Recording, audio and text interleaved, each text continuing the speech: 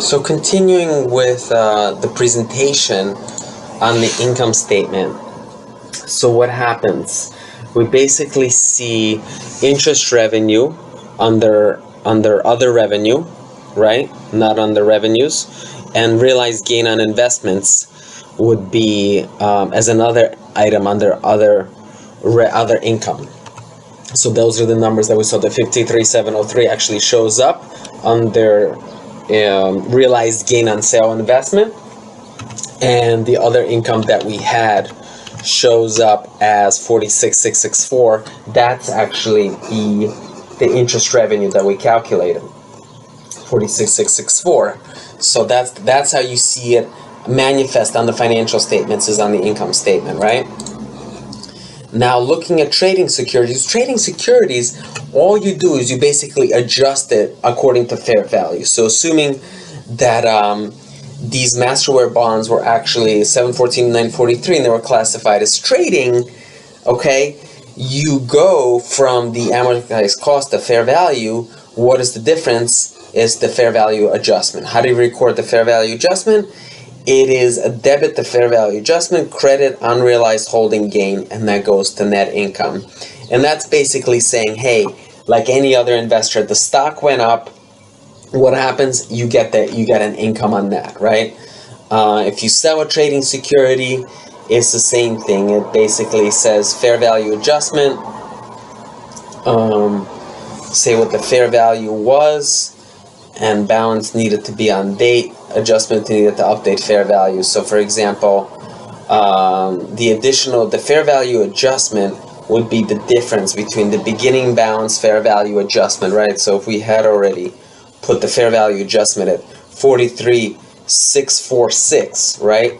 And now it had gone up again to 725 subsequently. Like, this is year end of this 2018. Now we're talking about 5 days later, went up another 25,000. What do we do for the account of the fair value adjustment? Well, we know the ending is 53,703. Why? Because that's 725 minus 671,297. And we know previously we had a debit account of 43,646. So we have to put another 10,000 in there to true it up.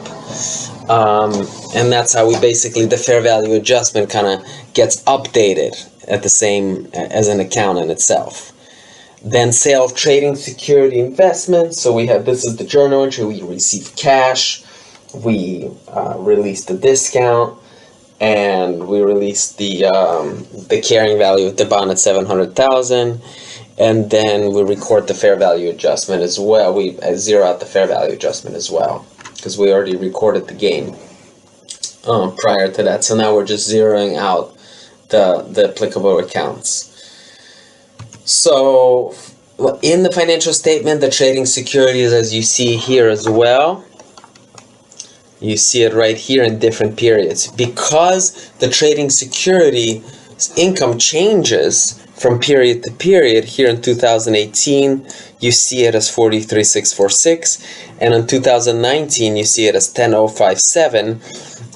Because this gain happened in 2018 and this gain happened in 2019. As we go back, you see initially there was a gain that happened, let's see here, for the, on 1/5 we had this additional gain of 10,057. That happened in 2019. Prior to that, we had 43,646 happen as of. So with these questions, really be mindful of what date they're talking about, what period they're talking about, and what is the related accounting entry to true it up to get to that period.